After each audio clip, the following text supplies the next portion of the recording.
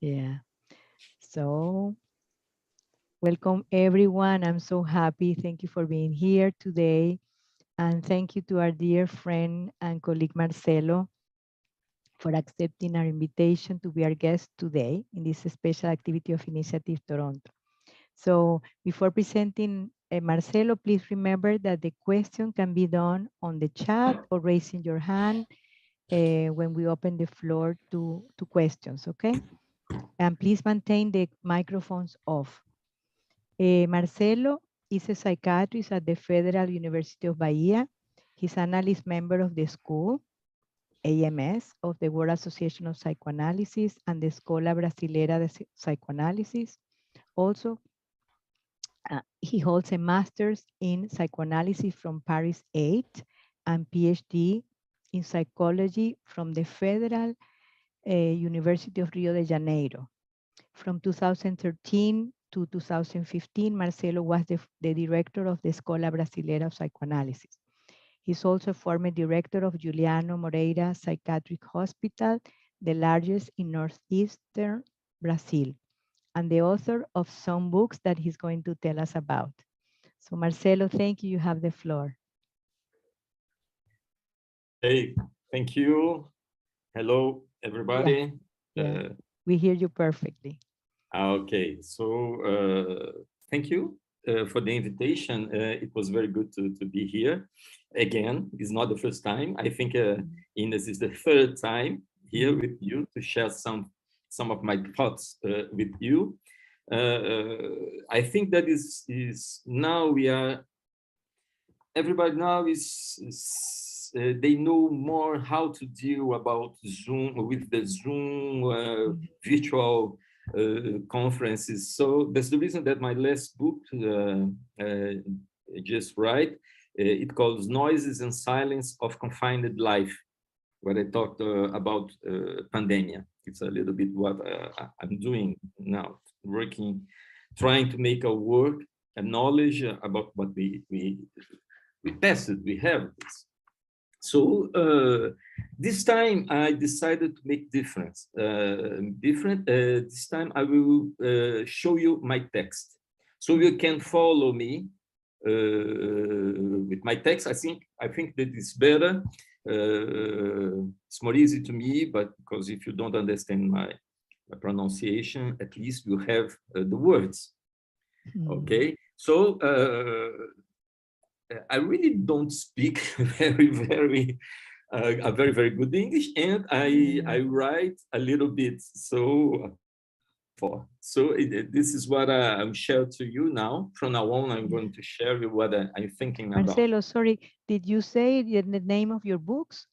Because yes, well, the first was Madness Among Us.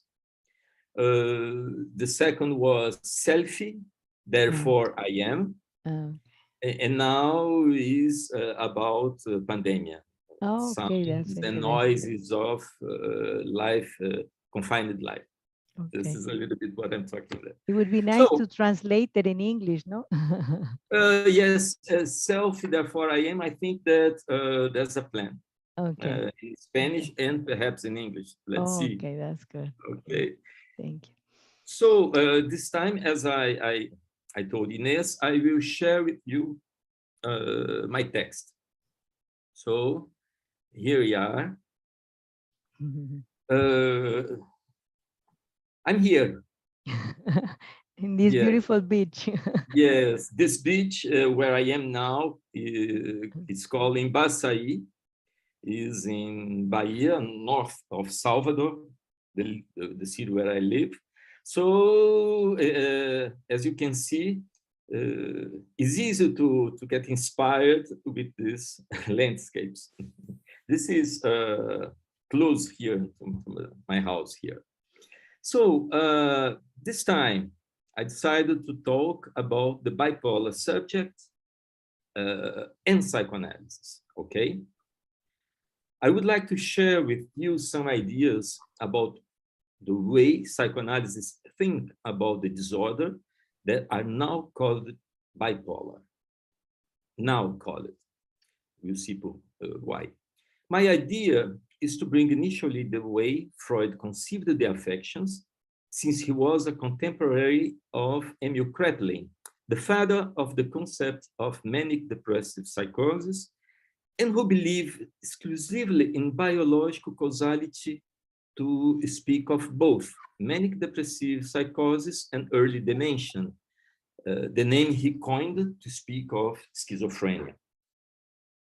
So we have two different ways to think about madness, about psychosis, Freudian way, psychoanalysis way, and psychiatry of Emil Kraepelin. It was the same psychiatry of Lacan. Lacan know Kraepelin very well, as you can see in Seminar 3. At first, after reading Freud's early writings on humor, we are led to believe that Freud believed that there was an autonomous organic factor and that the psychological factors would come in addition. It's Freud as neurologist in the beginning. But later, Freud will make more explicit the psychic causality of these states. Freudian thought even gained prestige in the United States and strongly influenced the first psychiatry classifications, DSM-1 and DSM-2. However, thanks to the psychiatrist, famous psychiatrist Robert Spitzer, from DSM-3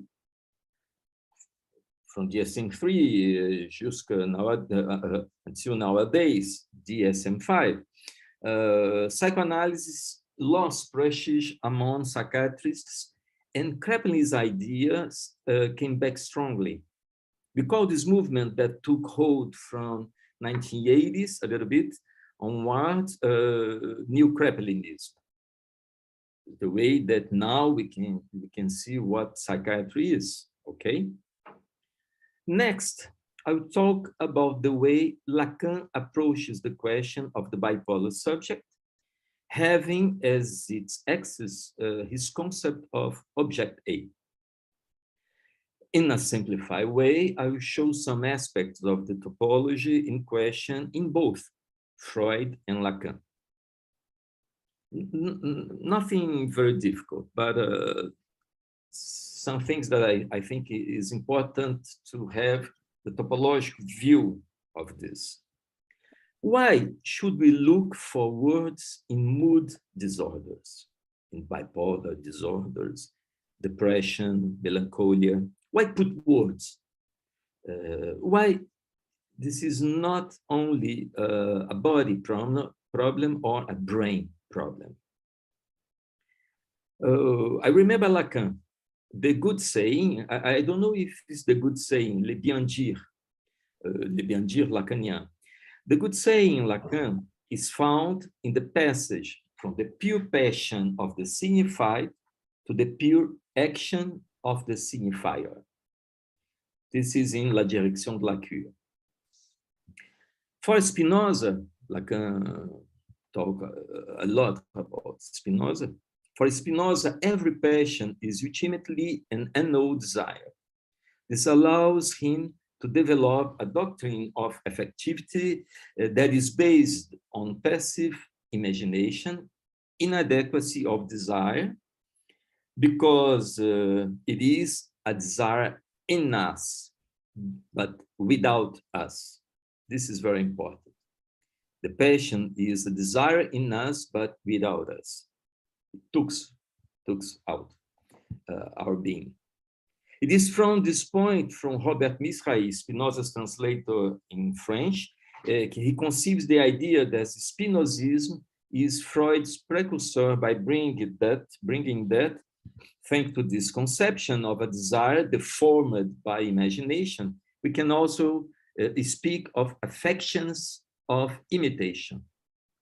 So this is not anymore the connection with affects and the truth, but affects of imitation. But we can remember Gérard de Nerval, an 18th century French poet, very known, He used to say that depression is a strange illness that makes us see life as it is, without any idealization. As a matter of fact, when we saw the word, how cannot be depressing? Okay. In 1921, Freud defines his third mode of identification by showing how this imitation mood can produce a serial effect, a massive effect. There are countless situations in which the collectivization of a grief, for example, over a loss is based on this principle. Mourning for a tragic accident, the death of Amy Winehouse, for example, the loss of an idol, or even the relegation of a soccer team, are situations that trigger serial identifications that shows that the other's field always tends to the homogenization and identification. The view of the world is always like this. In this context, being depressed can be collectivized and described as epidemic, especially when depression has been considered one of the major sequels of the COVID-19 pandemic. Serge Coté, one of the best thinkers in the Freudian field, whom we have recently lost, happily, wrote a very important text about depression, The Beautiful Inertia, La Belle Inertie. In this text, he states the following: what makes it difficult to place depression in a specific category is precisely the background of truth and the connection with the real. It is not, then, a symptom under the effect of repression. It seems that repression has little to do in these states. So, Serge Coté here put melancholia close to psychosis and not with the repression and neurosis, as mourning it is. So I ask myself, it is possible to think of a clinic for the bipolar subject and at the same time bet on its lack of authenticity? How can we avoid reading the drive as merely quantitative, able to be detected by psychometric questionnaires, and approach depression by its qualitative aspect? Let's remember that it is only possible to talk about quality when there is difference. And it is precisely in this difference that we can accommodate the signifier as an alternative to the wall built by the current neuroscience model. This wall remains tenacious.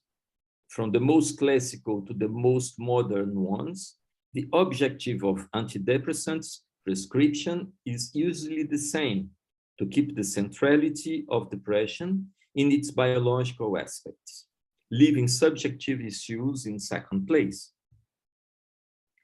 We can then put the question as follows: is the relation between the real of affections and the speaking being a relation of metonymy, or is it a metaphor? Quantitative psychiatry bets that bipolar disorders has a direct relationship between the real and the affect, while psychoanalysis insists that the bar of metaphor, which separates words from things, prevents us from thinking of a clinic of bipolar disorder that is only quantitative. The several solutions proposed by the current psychiatry clinic usually give much less importance to the imitation affections, as we can see in Spinoza, giving more and more consistency to what happens in the biological body. It is important to note that now the ECF, École de la Cause Freudienne, is releasing several videos about the return of electric shock with even greater weight than before in the psychiatric clinic. since electroshock now has greater backing and support from neuroscience. Before, electroshock was only a psychiatric thing. They never knew very well how it used to work, but it worked sometimes in some cases, very tough cases. But now they have the background of neuroscience. That's the reason that we can see more and more electric shocks in clinic, psychiatric clinic nowadays. What is in question is evidently the disappearance of listening to the subject and the centering of solutions for manic depressive states has the vocation of reintroducing the subject that has been foreclosed by science into clinical practice. Let me share close this. Okay. Nothing very new nothing very new in this approach, but the costumes change. It is what some critics call the evergreen effect. Evergreen effect is ever fresh. What it is? This is that the pharmaceutical industry synthesizes an antidepressant and then is then considered the best of its generation. And this appreciation goes right up to the breaking of its patent, which makes the antidepressant sell for a much less interesting commercial value. It is at this point that little small adjustments in the chemical compositions create a new drug on the market with prices that are curiously the same or a little more expensive than the previous one. So one of the big problems that we have in talking about moods, affections, bipolar subjectivity, bipolar patients nowadays is the massive pressure of the pharmaceutical industry. Roland Barthes already pointed to the risk of the collapse of medical semiotics when one passes from symptom to just sign. And this was precisely what happened from DSM-3 until nowadays. With the advance of classifications, both in the International Classification of Disease, ICD-10, and the revised DSM-4 and now DSM-5, the psychiatrist progressively stops giving a semantic dressing mediated by language to the phenomenon. It is about the phenomenon as a simple diagnostic machine, dream of a precision clinic that evacuates the ethical impasses intrinsic in practice for everyone, everyone who deals with this, psychoanalyst, psychiatrists, mental health institutions, etc. The debate is still current. Due to modern man's incapacity to name what is the good, it is necessary that classifications and committees prevent evil. And you can see how it is in the United States nowadays. So let's talk about Freud. Freud and the manic depressive psychosis. So as I'm talking now about bipolar, we need to remember that bipolar is a concept that exists in the last 50 years. But Lacan and Freud knew much more manic depressive psychosis. The Freudian model is different from the actual model. It is in the study of the love life that a complex libidinal system makes possible an approximation between manic depressive states and the narcissistic disturbances of the subject. The difference between the two models can be exemplified in the theory of secondary narcissism. This is very important, the secondary narcissism. We're talking in lack of Freud's 1915 text, introduction to narcissism. The difference between the two models, so, is the secondary narcissism. Secondary narcissism implies an extraction of the object that starts receiving the libido that before was directed only to the ego itself. This is Freud.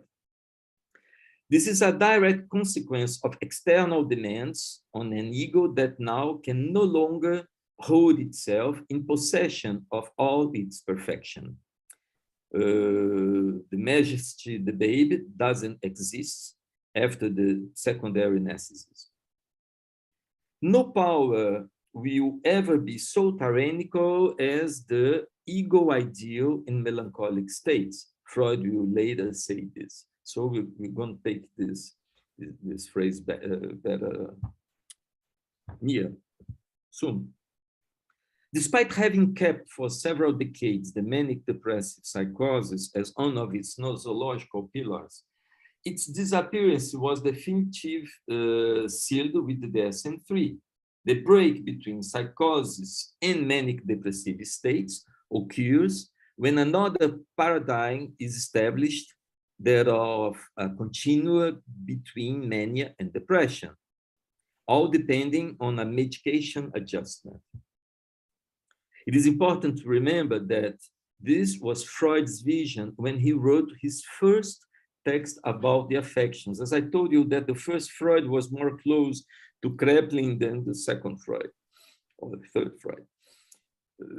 Remember the manuscript G, an earlier text. In this text, a description of the neuron in mania and melancholia gives the dimension of a libidinal quantum that is in excess in mania, over libido,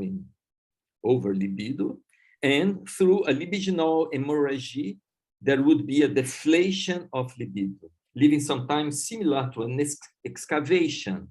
Here, we are still in the early days of psychoanalysis, but you can see that the word depression is almost not topological, but geological, like in geography, a geologic image of this hemorrhage of libido. So we can say that only many years later, when he introduced the superego into his theory, does he manage to free himself once and for all from the quantitative view of mood states. But later. This is the neuron of depression. You see, it's really a depression. This is in manuscript G. So it's very funny that he used the image of depression like if the libido was down, and it's funny because here we are, the neuron of mania, where we see this almost like a phallus erection. So we have a depression and mania as the triumph of in fame. Libido is in up and down. So the libido model is very interesting to think about how Freud was dealing with the bipolar, at this time not bipolar, the psychosis, manic depressives in the first years. Mania, as Freud used to say, mania as a triumph of the ego, that is, as something to be supplanted by the ego, but which remains hidden from it. This is how Freud thinks. I will repeat this because it's very important. Mania as a triumph of the ego, that is, as something to be supplanted by the ego, but which remains hidden from it. So we don't have the cause. The cause is repressed or foreclosed. This is how Freud thinks of the manic depression turning to mania in 1915. Now is the time of introduction of narcissism. He used to say, he says, it is not only permitted, it is required to extend equally to mania an analytic explanation like that of melancholia. So we know that Freud, with mourn and depression. I don't know if in English it's mourn and depression or mourn and melancholia. It's a famous text of Freud. I don't know how do you say, but we have a corpus, a theory in Freud that is able to explain us very well depression and melancholy, mourning and melancholy. But now he said this is we need to have the same kind of definition in the cases of mania. So that's why he says it is not only permitted, it is required to extend equally to mania the analytic explanation that he wrote on mourning and melancholy. We notice that by situating mania as a triumph, he seeks an explanation of mania as a libidinal discharge that does not require sublimation. This is very important. What is the drive when there is no sublimation? The complement to this idea we will find in 1922 text, The Humor, one of the perhaps the last text of Freud talking about humor, disease, affects, mania, depression, in which it's clear that that the triumph is the triumph over the father. So Freud in 1928 put the triumph over the father of the law, of the repression of the father, as the basis of the manic states. Lacan, for his part, does not take mania as a triumph of the father, but as a direct access to the object without repression. I'll talk about this now in some pages. What are then, in Freudian work, the references that allow us to support a theory of the turn of the affections, depression turning to mania?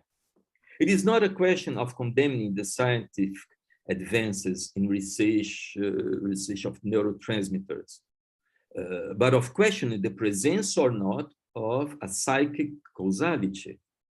Freud himself, however, wonders where a loss, first Freud wonders where a loss of the ego without the object being taken in account, a purely narcissistic affection of the ego.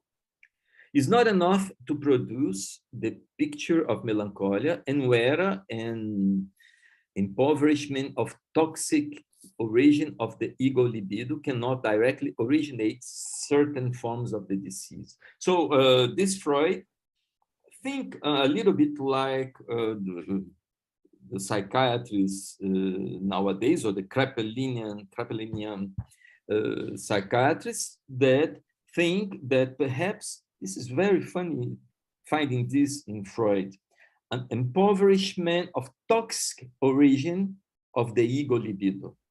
So anything that doesn't pass by the other, the field of the other.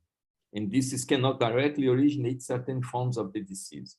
He say this in, in Luto e Melancolia.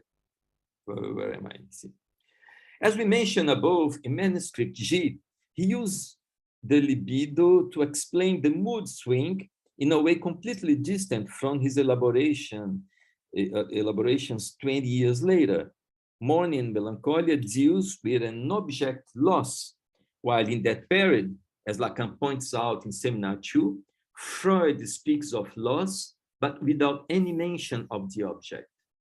In Melancholia, what is at stake is a loss of pulsional life, the drive life is Verlust im Triebsleben in Germany.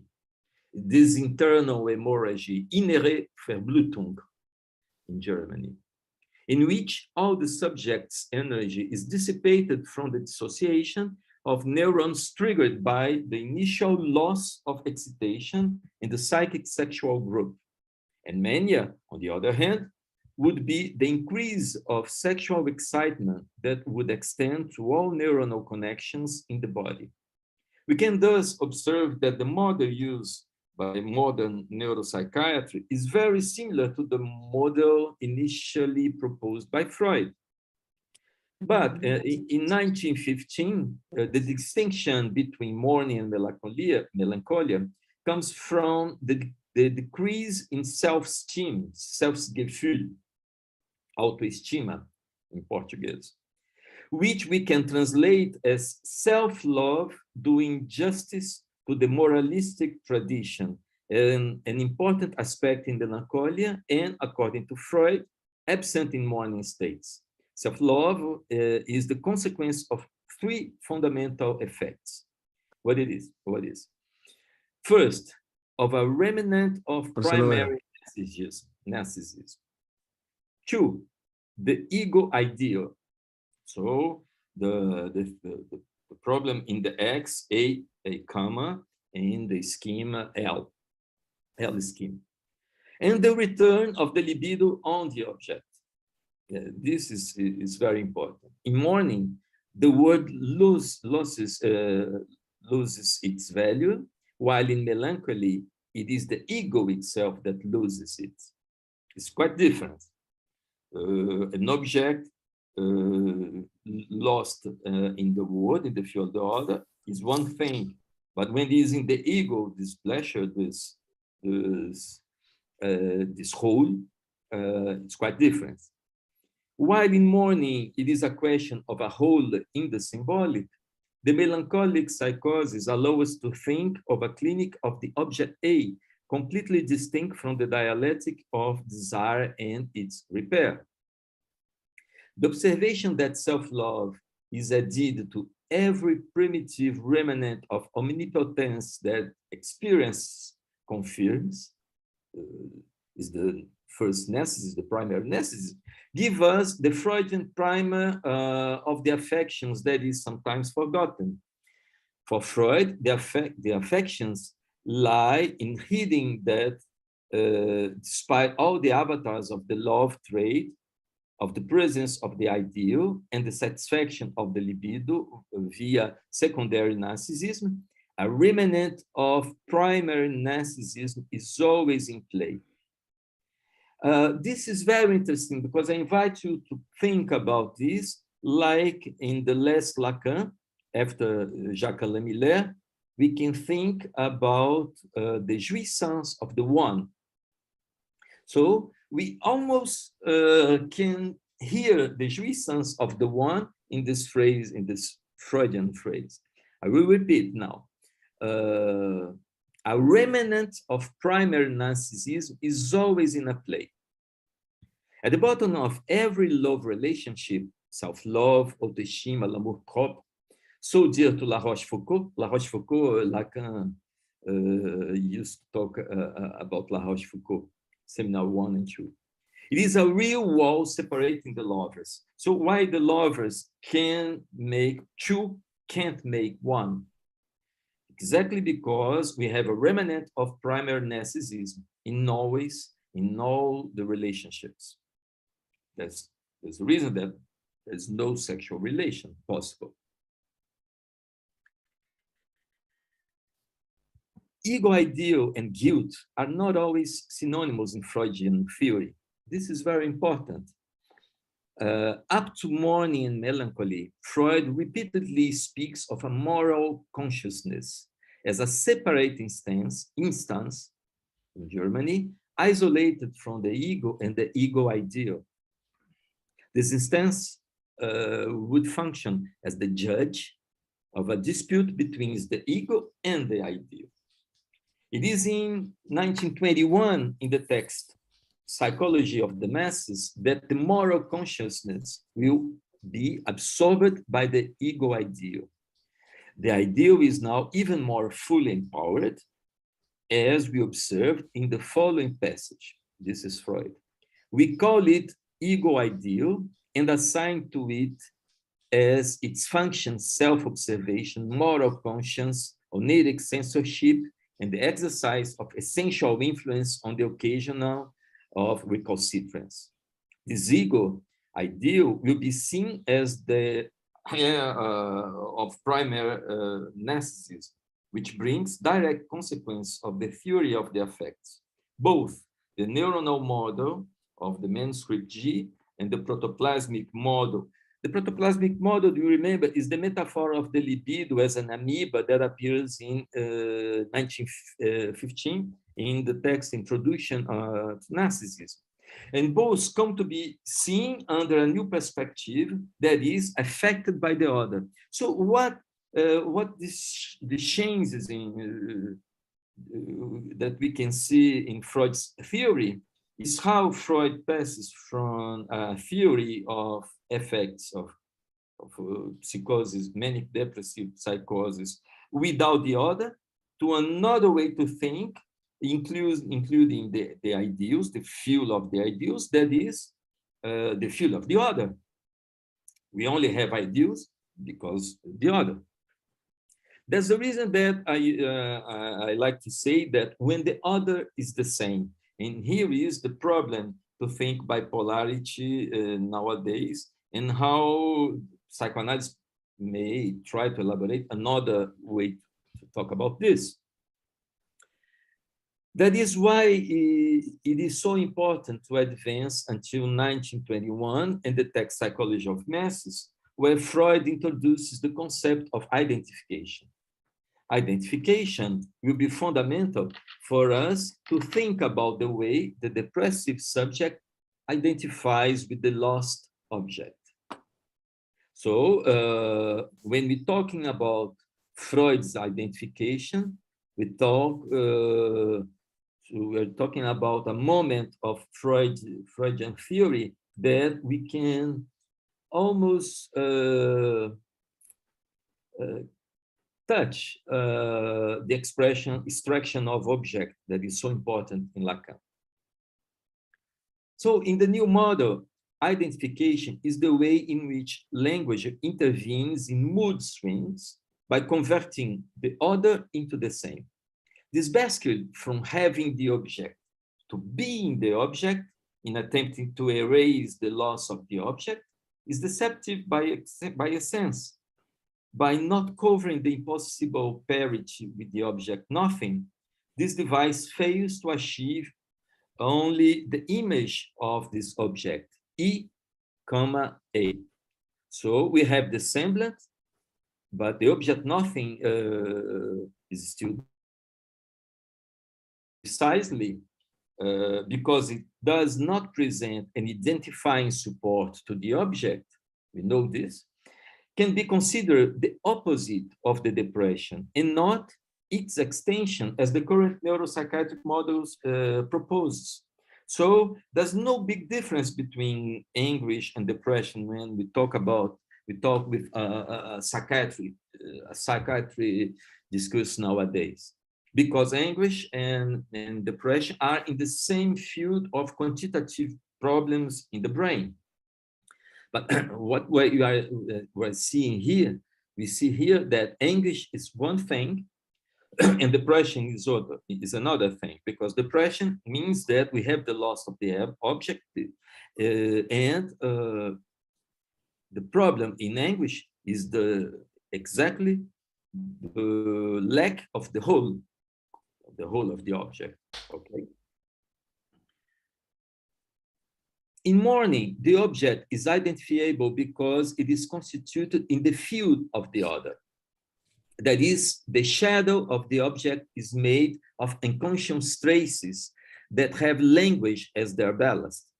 We can suppose that if there is no identification work in melancholia, it is because its objects is outside this field, the field of the other, free from any phallic punctuation, thus justifying the absence of melancholic work, as it happens in the work of mourning. Because it is signifying work, mourning orders itself in temporally, while melancholia keeps the subject in eternity. So the mourning is a work that takes time. But melancholia is a kind of state that is out of time. Now, let's talk about mania.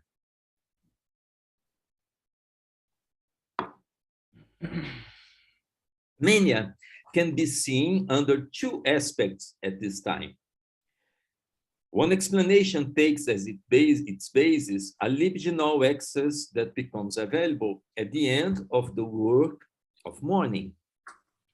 After the work of morning, we have a free libido that can reach the world again. Another considers the feeling of guilt and all the consequences of the domination of the ego ideal over the ego as fundamental to the subject's thymic fate. Regarding libidinal excess, we remember that affections are conceived in metapsychology as the translation of an alteration in the energetic balance. In this way, he shows us that there is a difference between drive and excitation, where the drive would be considered as an excitation for the psyche.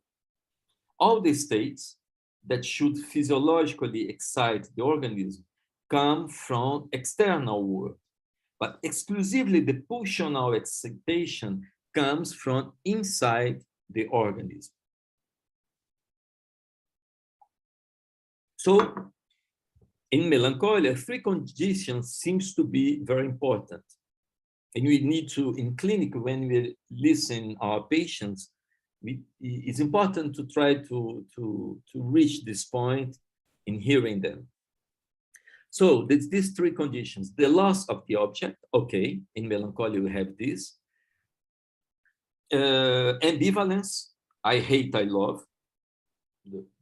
This object is at the same time the object I love, but is the object like a cocoon, like a rest that I can bear, I can support this. It's a kind of jouissance having the object that I'm not able to support. And finally, the return of the libido on the ego. So melancholia is a narcissism state that this identification with the object which was lost, we have the identification, all the aggressive drives against this object that is not anymore the object of my love. Now these drives are directed to me. Death punch drive now is not unto the other, but to myself. Freud considers the third condition, a return of the libido on the ego, the most important to explain the manic third, because it is an integral condition of the work of mourning. It is concerned in distinguishing a point where melancholy and mania come together and jointly oppose mourning.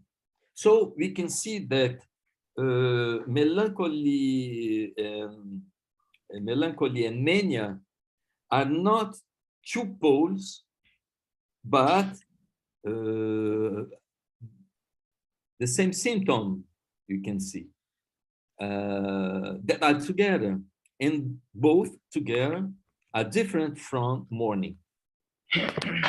Very important. That leads to consider this text important for having truly addressed the difficulties of the theme without leaving an unfinished theory. Let's go again. The assumption of the loss of the object A establishes the lack that commands desire and allows the subject to be represented in the field of the other. This concept is derived from the Freudian lost object and underwent several changes during Lacan's teaching. Jean-Claude Malleval calls attention to the fact that the pertinence of the concept of no expression in theory of psychosis comes from the fact that separation did not occur, leaving subsist an excessive and disturbing jouissance. This is when the other is the same, without no separation.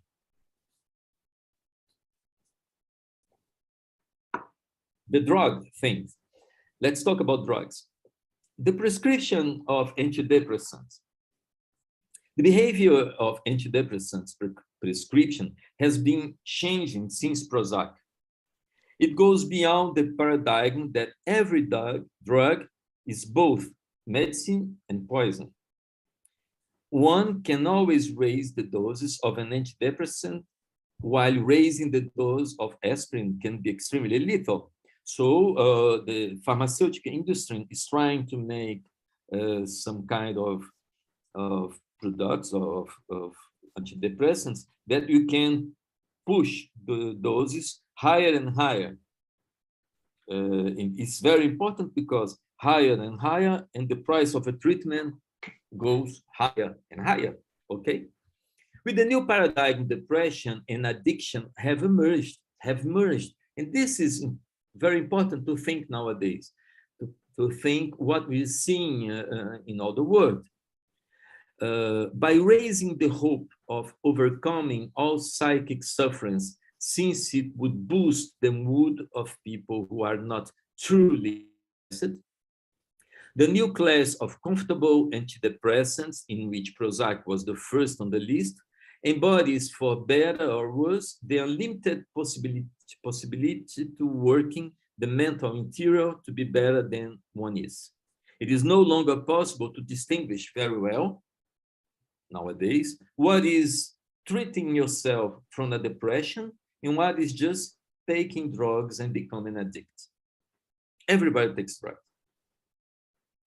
We know that before Prozac and the DSM, the concept of spectrum, the United States in 1987 used to consume $800 million in drugs, psychiatric drugs, $800 million. In 2010, only 13 years after, population of the United States, not even the double of it was in 87, the Americans consume in 2010 for $40 billion of psychiatric drugs. So you can see it's almost impossible to think a clinic nowadays without a drug. Let's now think about how the new classifications of psychiatry think this. Criticism of the concept of major depressive disorder. The concept of major depression, as it appears in DSM-4, is overly broad and therefore not very precise. It probably encompasses a very heterogeneous range of conditions from the borders of normality, reactions of mourning or normal sadness, to those more severe forms of depression, for which more biological factors, acquired and or genetically determined, probably contribute. For the diagnosis of major depressive disorders, according to DSM-4, it is enough for the person to present depressive mood or loss of interest or pleasure over a 2-week period, plus 4 symptoms from a list of 9, or 3 more symptoms if the first 2 are present. So, for example, if a girl who has had a fight with her boyfriend has had sadness and loss of energy for 15 days, more than 15 days, plus 3 more symptoms such as insomnia, loss of energy, and decreased ability to concentrate, she has met criteria for major depressive disorders. She'll be under antidepressant drugs. So you see how it is. So as I was told to you, it is possible to locate the paradigm shift in the prescribing of mood medications in the 80s, starting with DSM-3 and DSM-3R. In 87, neurosis was completely eliminated from the classifications, being replaced by the concept of behavioral disorders. It is in this period that the notion of spectrum gains space in psychiatry. The notion of spectrum, both in mood disorder and autism, implies that many more people are diagnosed. It is not by chance that, as I told you, that in the late 80s, a radical change in the way pharmaceutical industry starts to advertise its medications emerge. It's right, but perhaps you remember, Prozac was launched with an advertising campaign that was reminiscent of the late Star Wars movie. It was impressive, this. And the same situation applies to mania. The fabrication of the self as more performant does not fail to produce manic effects in the society of unbridled consumption. The irony is that mania is detected by mental health devices only when the subject takes to paroxysm the primer of contemporary ideas. In effect, the maniac is exhausted in the ideals of hypermodernity, that is, too much of everything. It is hypernormal to buy everything and live his lifestyle to the point of an exhaustion. Is the superego telling to us, jouissance. Jouissance is the most important. It is hypernormal so, to buy everything and lifestyle to the point of exhaustion. In culture, the fragmentation of information in the globalized world, just like in the mania flight of ideas, injects so many new signifiers that it becomes impossible to constitute a knowledge about experience. If in 1927, in the text The Mood, Freud links the states of excitement observable in culture direct to the father's consent and the release of the superego. As for Lacan, it is curious to note that he does not use the father in his citations about mania, and that disappear in his teaching only after the formalization of the object A. So we can see that the way that Lacan was able to talk about mania, it was only possible after his idealization of what the object A is.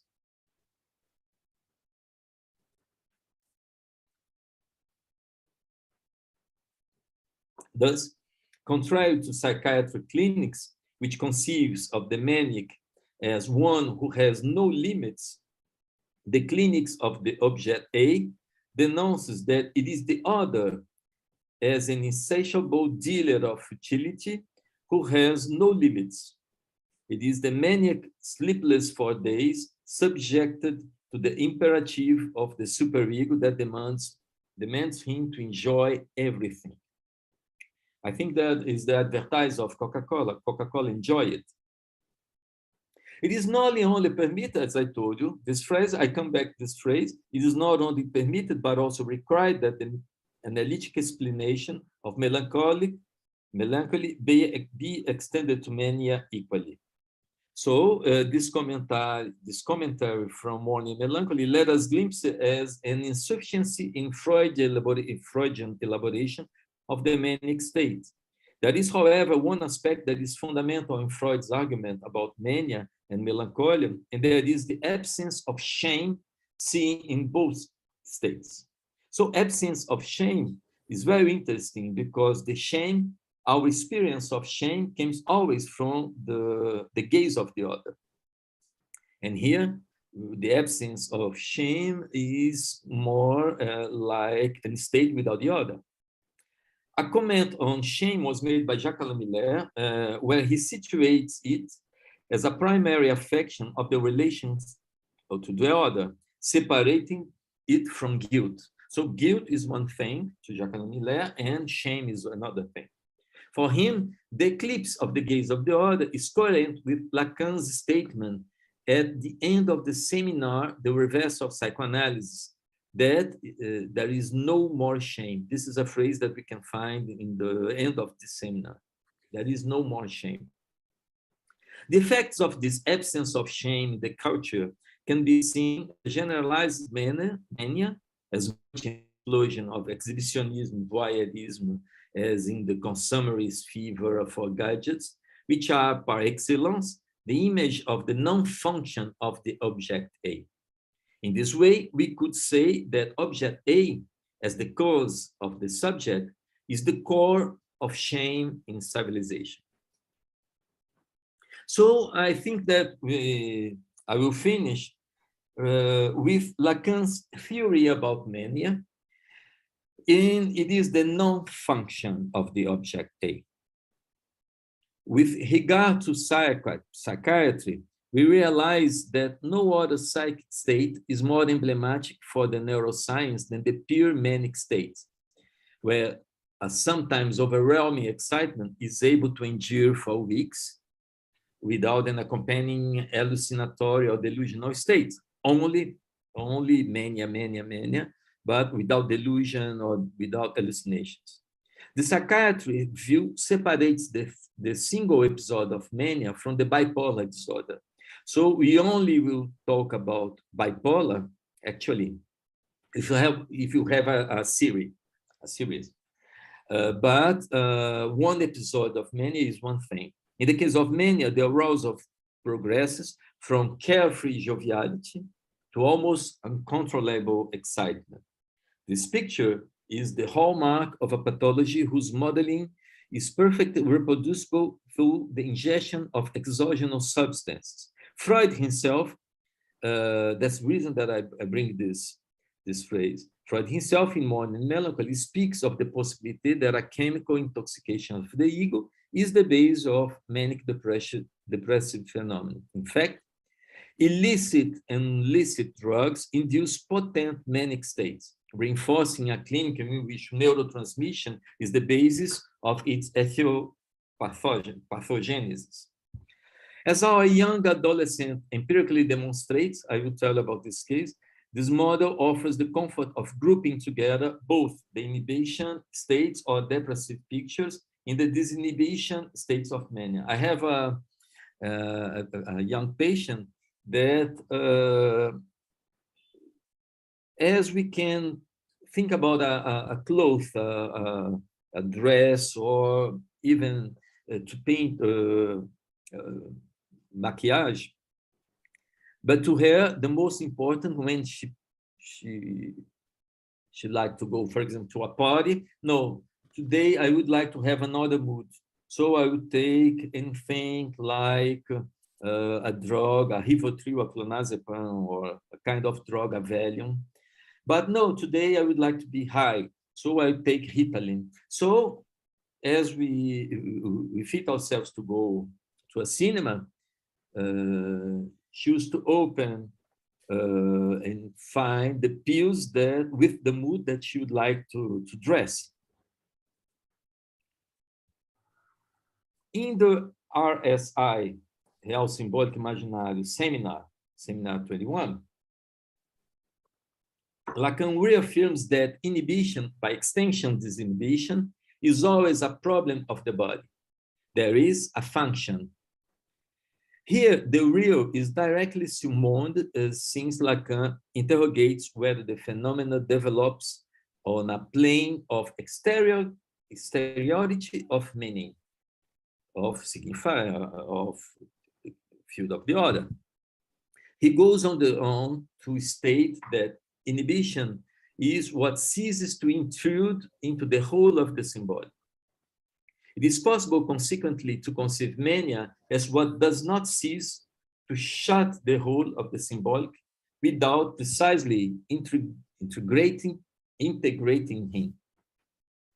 We will see this in television, the text television. In television, the manic excitation appears as a rejection of the unconscious, putting in evidence a frantic and uncontrolled body where the non-function of the object promotes a disjunction between body and the savoir and knowledge.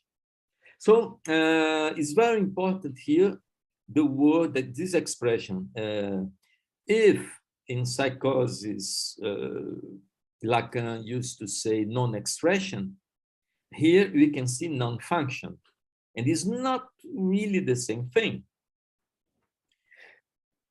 It is valid to propose a differentiation between free association and flight of the ideas.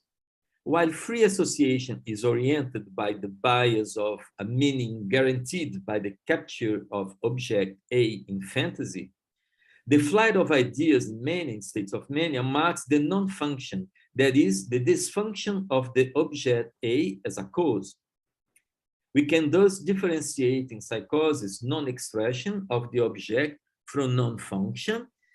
And in the clinic of non-expression, the foreclosed object has repercussions on the body organization by returning in the real as jouissance. For example, in the form of an anomalous organ in the schizophrenic appears, in the hallucinated voice that only the subject hears, or even in the gaze that pursues the subject wherever he goes. However, Lacan in the seminar of English defines mania as non-function. And this is at the moment he situates the father as the one who, in the fulfillment of his desire, was able to reintegrate it to its cause, to what is irreducible in the function of the A. By conferring on the non-function the status of a beacon of the clinic, we can say that this clinic dissociates the plus de jouir from the cause, imposing on the manic a jouissance that, as he resumes in television, is deadly for the subjective condition. This passage is echoed in RSI, Seminar 21, where Lacan formalizes that the father's cause must fall on a woman. Thus, mania as a non-function of object A makes the father of Thought and Taboo, it's a joke, the first manic of psychoanalysis, since his mortal sin is precisely unbridled jouissance without a woman coming to cause it. To conclude, I leave a reflection on the distinction between no expression and no function of the object A. I try to show to you in a topologic view. As I said before, when the psychotic has the object A in his pocket, the expression of the object forecluded in the symbolic returns to the patient in the real. The object voice becomes the hallucinatory voice. The object gaze becomes the panopticon gaze of the other on the patients. When there is no expression of the object A, the subject has no way to use the drive to organize bodily jouissance. This is very important. Drive needs extraction of object. So how can we organize our bodily jouissance if we don't have this expression? Therefore, in schizophrenia, the subject is prone to perform passage à l'acte of mutilation, amputation, and various corporal interventions in order to separate himself from the object in the real. So one thing is the extraction of the object in the symbolic. But as we see in some cases of schizophrenia, is that it uses, it's very important to say, to try to organize jouissance in the body, and as we don't have drive to do it, with the amputation, the mutilation, trying to put out a part of the body as an object A extracted in the, which is the extraction was in the real. But in the case of the no function that occurs in episodes of mania, the object is effectively separated. We can find the extraction of the object. So much so that the patient launches into a frantic search for this object, often spending huge amounts of money on the credit cards to buy objects sometimes. It is there what we can learn something of the function of the object. As Lacan shows us in the analysis of the drive in Seminar 11, the function of the object is to allow the drive to outline the object in order to provide enjoyment, jouissance to the subject, the body, also the body of the subject. When this function does not occur, we have distraction of the object, but the drive launches itself into a metonymy of objects without limits, and there is no possibility of a stop point. That's why in manic states, we have more, more, and more. And when the manic state of mania, the subject, the patient start talking, every time a new S1, scene file 1, appears. So this is la fuite des idées. This is what happens when the subject is impossible to think, because he starts thinking S1, S2, S3, and suddenly he hear a noise out of his house, and he captured this noise and starts again from this noise, S1, S2, S3. So he see a bird, and he starts again, the bird, S1, S2, S3. So it's very difficult in the manic state try to talk to the patient, because we don't have, I don't know the name in English, le point d'étoffe, le point de capton. This is the problem in mania. So here is the drive as it appears, the drive as it appears in seminar 11. We can see here we have the body board, the board of the body. So we have the drive, which aim is the object, but which the goal is the jouissance on the body. So we can see the circuit, the trajectory of the drive.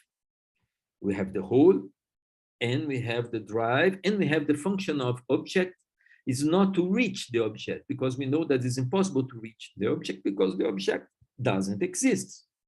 So that's the reason that it's impossible. But I've made an effort to think what is this pathways of the drive in case of mania. And it's more like this. We have the board, we have the aim, and we have the goal. But the maniac goes to an object, instead of returning back to jouissance to the subject, he looks another object and another object and another object. Nothing can stop him to search another object. So we have distraction of the object, but not like here. So the distraction object of the object launches the subject in mania, trying to search more and more and more objects, because the object doesn't have the function of making the return of the jouissance to the body. So it's complicated. Yes, it's complicated, but it was a little bit what I would like to show to you, and perhaps we have some minutes in us to talk a little bit. Yes, we have. Thank you, Marcelo. Amazing. This last point, when you said the last phrase that returning of the jouissance to the body, yeah, you know, this quilting point, no? This quilting point is when, you know, I think these two graph that you did was amazing, no? So the possibility of the neurotic or the symbolic of, or the possibility of having a quilting point is the one that allows you to return, no? To go back, and in the draw would be to go to the again to the board, no? But in the other one goes up, doesn't return, no? But when you say it returns to the body, that means that your sense return to the body. I didn't understand. I thought it was very interesting, returning to the body. I don't know. Yes, because jouissance, as I was talking first, jouissance, when we don't have the separation among the body and the object, it means that we don't have the separation between myself and the other, the feel of the other. because it's important to realize that the object lacks the subject and the other. Remember Lacan's Euler circles. Oh, So it lacks in both. They don't have the object. But when we have an abstraction of object, we know that the drive will try to reach, but not reach and capture the object, because the jouissance that he will feel is in his own body. There's no, how can I say, the object itself, there's no jouissance in the object. L'objet ne jouit pas. L'objet, the object doesn't exist. So all the jouissance is in the body. But we know that when we have a jouissance in the body and we're not able to find a localization of this jouissance in the imaginary body, it's now anguish and not jouissance becomes anguish. That's, for example, what happened a little bit when we have some cases of some women who reach a level of jouissance which depasses the phallic jouissance. So they bear jouissance much more close to anguish than pleasure. So when in the second when goes up, outside, no, or outside of the body, doesn't return to the body. Yes, it learns to us. I think this is very, very important. It learned to us that the function of the object is to complete the pathway of the drive. And that's the reason that we can have a jouissance that is not sister of anguish. The drive help us to separate anguish and jouissance. But sometimes we see that it's impossible to localize, to place the object in this function. That's why I think is that, as a matter of fact, the object in manic states, the non-function, as Lacan used to say, the non-function is that the object, it's real. He needs more and more objects. Remember the clinic of the manic people, sometimes when they are in the state of mania, they talk too much, they eat too much, they do sex too much, always too much, because it's never good enough, because there's no returning point. Wow. Yeah. So it's a jouissance which goes. I have an example on my clinic, a kind of jouissance that make a subject 10 days without sleeping. 10 days. Wow. He was observed. No matter what kind of drug psychiatrists tried to fill to this patient, nothing was possible. So for 10 days, he was awake, finding shows. So we can say that there's a jouissance. To stay awake 10 days is because we have a jouissance. But there's no returning point. Yeah. Thank you. Yeah. Well, somebody wants to make question, please raise your hand, or just write it, or Inês, I just Renata, raised my yes, hand.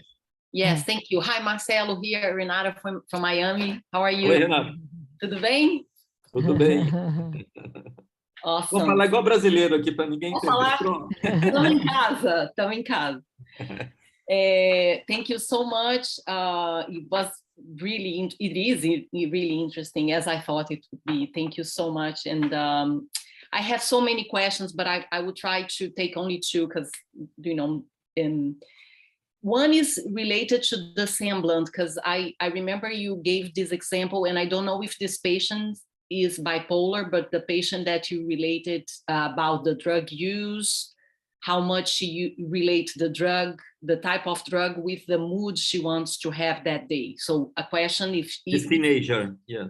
This teenager, if in case she is bipolar, or how would we think about the semblance in relation to this non-function of the object A in the manic states, okay? And the second question is related to the question of, does the man, like the bipolar, has a body? And I'm confused because we are talking about the non-separation with the body, and I'm wondering, when we talk about the non-separation with this body, this non-separation between the subject and the other, and the non-separation between the one and the body, can we think that in this case, the patient do have a body, but doesn't know how to relate to it, and so there is this excess? So those are my two questions. Mm-hmm. Wonderful, Renata, and very important too. So this patient, let's start with this young teenager. No, she's not a psychotic, she's not even manic depressive, but the culture is manic depressive. So the thing is that it was, it's funny, she arrives sometimes in black, like a gothic, like in a gothic way, all in black, with the como se diz maquiagem? Makeup. With her makeup all in black, like really a gothic girl. And so, and he started talking very slowly. And so I realized that she took anything to be like this. And she tell me this.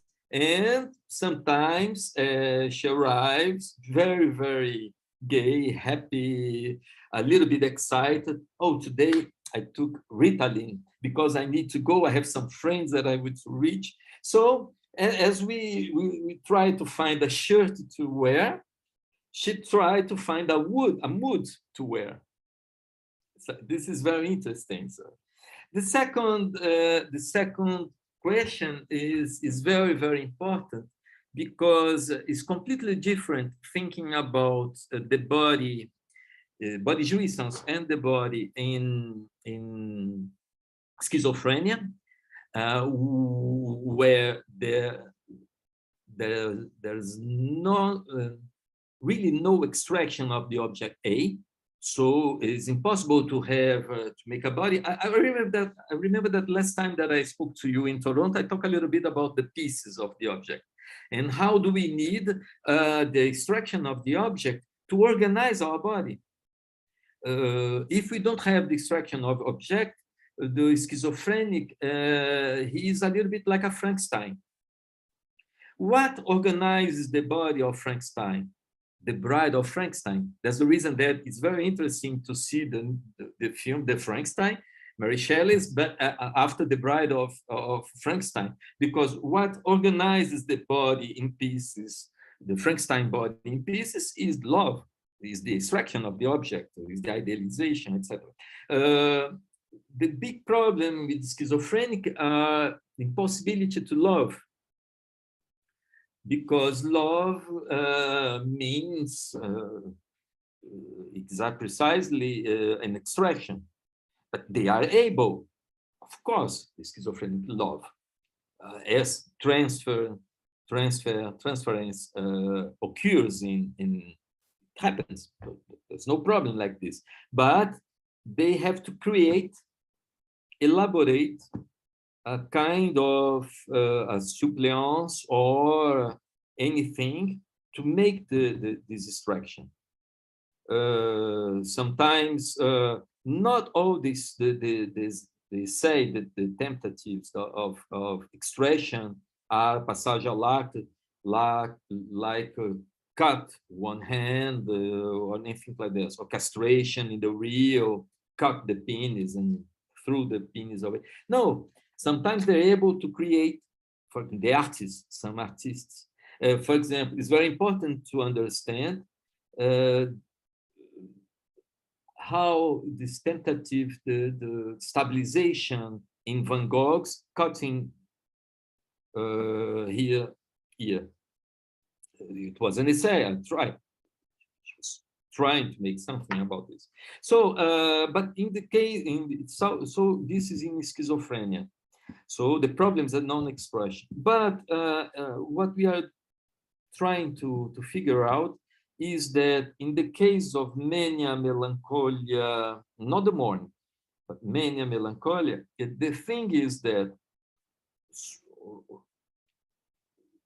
the object may be in the field of the other completely without recuperation of the drive. So that's the object or an object and another object, lots of objects, okay? But in the field of the other, so the jouissance is connected to the other. The object, it's like if the maniac, he believes that the other has the object. So it's not a kind of demand. He's not trying to answer a demand of the other, but he will ask and ask and ask and ask. This is one thing. And in the case of depression, melancholy, the depression is the opposite. Me, I'm identified as the object loose. So I'm the dead object. But it's very important when we see that that Jacques Miller used to say, it's very important to see that even in mania or in melancholia, there's no shame. I'm the worst people in the world. Now I'm not feeling good. I'm a dead share. I'm dead already.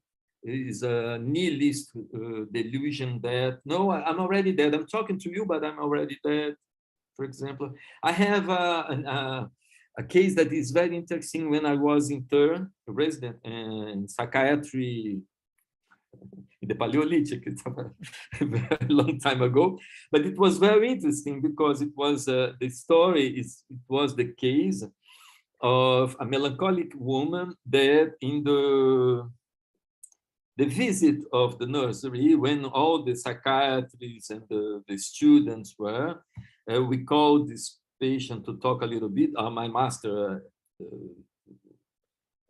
of psychiatry, Dr. Rubim de Pinho, here in Bahia.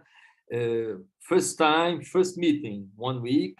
Oh, what's happened with you, madam? Oh, the problem is that the wood failed, it's in bankruptcy. No, there's no, it's better to keep safe, but there's a kind of poverty in the world. A little bit more, 1 week later, no, I lost all my objects, my rich, I'm not rich anymore, it was a rich woman. I lost all my money, the third week, oh, doctor, oh, it's very, very difficult to you because I know that you're very poor now. So you see, even the psychiatrist was ate by the object as a nihilist. Everything was a little bit like this. So we have, for example, in this, the subject in melancholy that is not shame at all to show how poor, so how he's dead, like a zombie, without phallic conditions. And the maniac also, because he's able to spend 10 days awake, naked on the street, having sex with no matter appears in front of them. Of course, I'm talking about extremes. It's not what we see. I talk about extremes because I was the director of a psychiatric hospital. So the complex, the cases more complex as I used to see in the Hospital Juliano Moreira. But I was the director. So there I saw really the case is very complicated. But what we see in the bipolar is that the bipolar that first is that it's very complicated nowadays to understand what is a real bipolar, because everything is bipolar. Everything is bipolar. I bet if you go to a psychiatrist, even if you're feeling very, very, very good, he'll say, no, you're very good, you have no problem. So just in case, here it is, a prescription of anything. Because I think that the psychiatry nowadays just don't know what to do with words. The words are secondary. He's so convicted that the body is the problem, that the brain is the problem. What's happened is that we're trying all the time to find in the brain, in the body and in the brain, the causality of things. But the thing is that the brain is not a speaking being.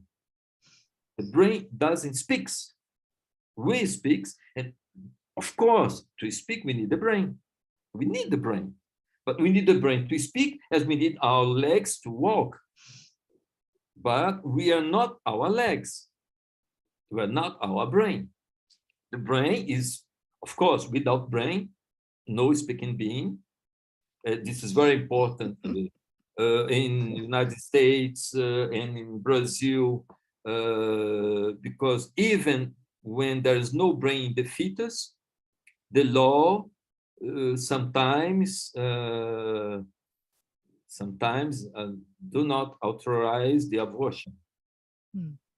So even when we have without brain, there is no being. There's a body. So it's a little bit like this that I think, Renato. Muito obrigada, Marcelo. Excelente.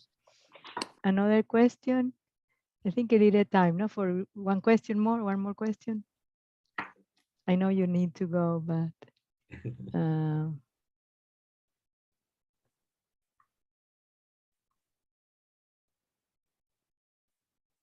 I had a lot, but I have a question, Ines. Okay, please. Yeah, thank you. Hi, Marcelo. Hi, everybody. Thanks for the presentation. It's really clarifying in terms of organizing, at least have helped me to organize some cases in terms of the logic. But I wanted to double check with you, because in what you're saying, and that graph is really clarifying the non-function. So, but I want to ask you if this means that mania is a defense against that hole in the real. And then what would be the next step in this logic, if so? Thanks. Completely agree. Mania and melancholy are two ways of bear the lack of object in the real. One way is in identifying myself as the object in the real, not in the morning, in the real. And in mania, trying to give consistency to an object, which is the impossibility to think the object as object nothing. It's an object that really touches the jouissance. It's like if the object is not like in toxicomania, in drug addiction, it seems sometimes, but it's not really the same thing, but is that mania is trying to answer to the question, the lack of the object, trying to fill the world with objects all time. So, for example, when we have some cases of an hyperexcited libido in some patients, that they're able to have 20 sexual relations in a day, 20. The most important is that when they have 20 relationships, sexual relations in just one day, is not to find the jouissance in the body, is the jouissance in the field, the other. So no matter if, I have it here, I remember a patient, no matter if the patient was raped, for example. Sometimes, in some cases, we were very, very tough. I remember a woman that was raped in a week several times because she got naked to the streets of Salvador, and first, no matter what was in front of her, she made sex. So, but it's trying to find and to recuperate a kind of jouissance in the field of the object. Meanwhile, the function of the object is precisely making a coming back to the body. The drive, the circuit, the drive go to the aim, but it's complicated because Lacan in Seminary 11 put these words in English and not in Portuguese, and not in French. He puts even in French, you will see that the words aim and go. This is very interesting. Why he put this name? Because sometimes it's not too easy to make a distinction between aim and goal. But I think that to him, it's very important, this distinction. The goal, it's always the jouissance of the body. The goal is the drive coming back to the body. And it passes by the field of the other, of course. But it comes back. As we can see in many states, it's the impossibility to make this jouissance coming back to the body. That's the reason that sometimes, not always, the old psychiatry, better than the psychiatry nowadays, soon understood that it's very important that the substances, toxic, the drugs, may have a function, trying to slow down, to calm down these manic states. So I think that the problem is that even in melancholia and in mania, the drugs may work very good, but it's not all. For example, when we have a case of catatonic depression, the patient is like a statue, impossible to talk. There's no body at all. Sometimes an electroshock can save this patient and put him again to talk. This is one thing. Eric Laurent told me, I asked Eric Laurent one day what he thought about the electroshock. And it was very interesting, his answer. Electroshock is the less tentative, the less possibility to give a body to the patient when the patient has no more body. When the body is completely denied. Wow. The last option. The last option. Wow. Not now is completely different. It's the first option. Now we have the generalized psychosis, and we have now electroshock for everybody. Wow. Everybody. Yeah. I just wanted to ask, thank you, Marcelo, for the extraction of the object, no, would be that part when we know that the object is not, is like out because it doesn't exist, but it is not in, for instance, the gaze, that is the gaze of the other, or is the voice of the other, not my gaze or my voice.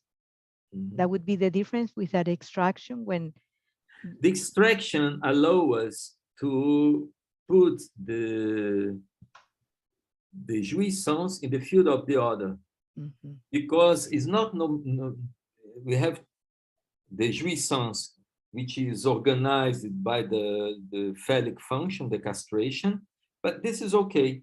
It's the neurosis of everybody. We can say how to go to organize a body with the phallic castration. Is a solution, the phallic castration. But sometimes we can see that we know that the object is impossible to place the object in the image in the a comma x, in the mirror state, because it's out of this. So, but the mirror state, that's the reason that I talk a lot about ego ideal and ego, ideal ego and ego ideal, is because the object state is precisely which escapes even from the ego ideal and from the ideal ego. It's not there. It's not in the mirror stage. So he block us, the object A, the possibility to organize all our jouissance in the mirror state, in the imaginary body. So we have a lack, a body in us, but it's not assimilated by us as us. It's a little bit like having, how can I say, having the other in me. There's a little scene that I like, is in the movie called Alien. You remember the movie Alien? I may share to you, because I think that I have this here. Let me see if I have this easily here. Perhaps yes. Wait a minute. I would like to see. Here. Ah, no, it's not here. Because I really don't know how to do a lista. Ah, here. Let me see.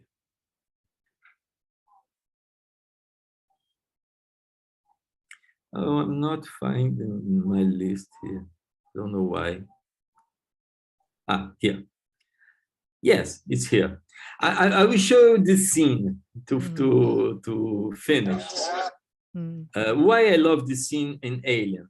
I will show you the scene, and after I just finished with this commentary. So let me share with you this scene.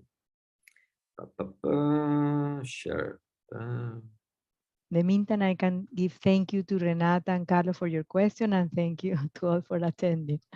Only 2 minutes, but I think that's very interesting. No, yes. But I know that you're in a hurry. You need to be someplace. Yeah. Alice, what happened to this guy when he backed out? Stomach appetite. Maybe rubbing bacon. That's it. Coconuts, pineapple. The first thing that I'm going to do when I get back is to get some decent food. I can dig it, man. I'm telling you, I haven't eaten birch fruit in this, but then I taste better. You know what I'm saying? The other one over there. You pound down the stuff like this. Listen, I'd rather be eating something else, but right now I'm thinking of food. You should know. You know what it's made of. No, man. I don't want to talk about what it's made of. I'm eating this. What's the matter? The food ain't that bad, baby. Eat your food. What's wrong?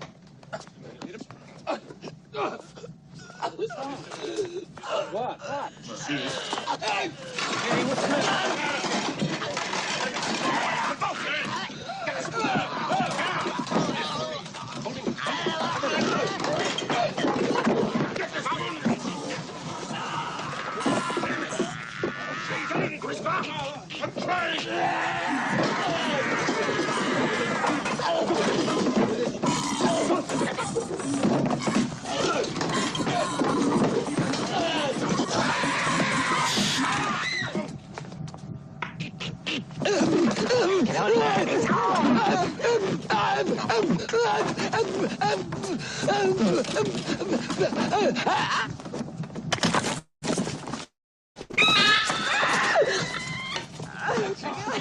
Oh, God!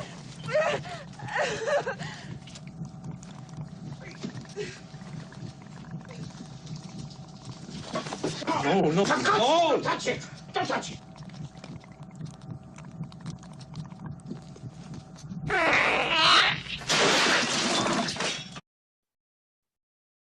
Well, sorry to show you this before no. launch. But why I love this scene? Because first of all, they're talking about food before. They're talking about food. The food is anything that is the field of the other on the oral demand. We go to food, Chesburger, okay. But what is the drama of this film? Is that we have a tripulation of seven astronauts, and suddenly in the huge spacecraft. And what's happened? They know that there's a monster that they need to find to find this monster. So all the tension of the movie is where is the monster? So they look here, here, here. So the monster is in the field of the other. And suddenly the film switches and you find the monster leaving the body. So this is the object A. We think that the monster is in the other, is suddenly the same monster appears in us as an image, strange, bizarre, that we can integrate this little alien with our image, you see? So this is the object A par excellence. The object A is anything that is in our body, but it's not our body.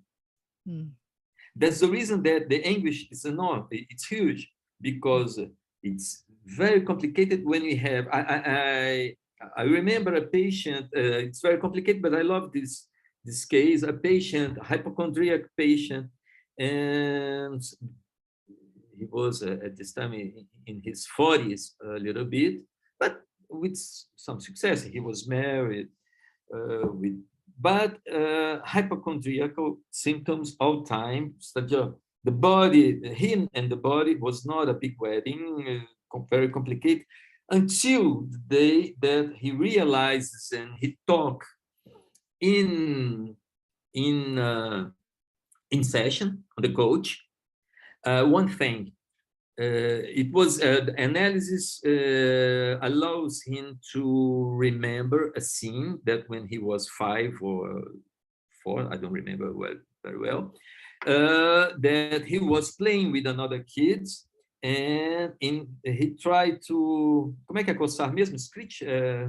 Scratch his anus, because sometimes doesn't work in his anus. So he starts scratch, and suddenly he was absolutely frightened because he saw in his hand his own body leaving his body. It was so terrifying that he was not even able to run, to cry, or to ask her mother, his father, to help him. And he put a silence in this in this memory of his own body, leaving him. What's happened? It's at this time, nobody told him what was a worm. Oh. A worm. So it was just, he was expelling a worm, just this. But to him, nobody told him what it was this.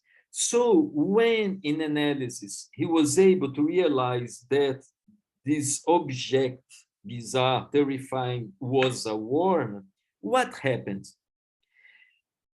When we put a name on the object, we separate the object. The object is not anymore the object excludes in the field of the other. So when he was able to talk about war, this is already a separation, extraction. The symbolic made an extraction. And of course, all these hypochondriacal symptoms have a very diminished, enormous. Yeah. So this case is to see a little bit about this. I need to go.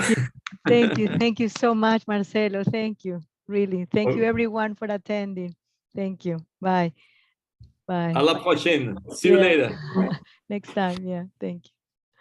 Thank you, everyone. Yeah, it's amazing. Muito obrigada. Yeah, thank you all. Tchau, obrigado. Yeah, thank Thank you. you very much. Gracias. Thank you. Thank you very much. you. Thank you. Thank you all for attending. Oh, Marcelo. Yeah, Thank you. yeah. It was beautiful.